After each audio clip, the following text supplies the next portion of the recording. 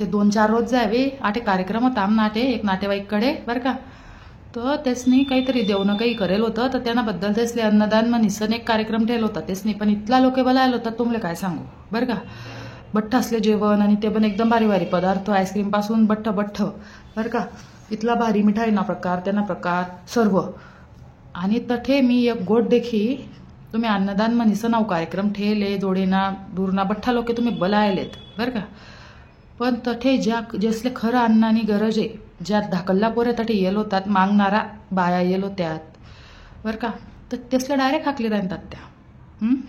मग अन्नदान कोणले करायला पाय. हां आठे आपण एक टाईम खातात 2 टाईम ना दोरेस पुढे जास. तेसले अन्नदान करू का ज्याला गरज आहे त्याला अन्नदान करू. म्हणजे ज्या पोरेसले खरंच गरज आहे त्यासला तोंडवर भूक दिशी राहिनी. त्यासले तुम्ही हात धरी काढी राहणार का ब. तुम्ही अन्नदानच ठेवले ना मग बट्टा असले ठेवा ना. का बरं नातेवाईक असले जोडेनार नातेवाईक असले. त्यासने अल्लग पंगत बसाडा तुमले लाज वाटत होईन तर. असा ठिकाणी बसाडा जटे कोणी दिसाव नाही. एक बाऊले सांगी द्या वाढणारा बाऊले का भाऊ यसले वाढी दे बरं. तो खरं आत्मा तुटतोय तरच तर तुमले आशीर्वाद भेटीन ना.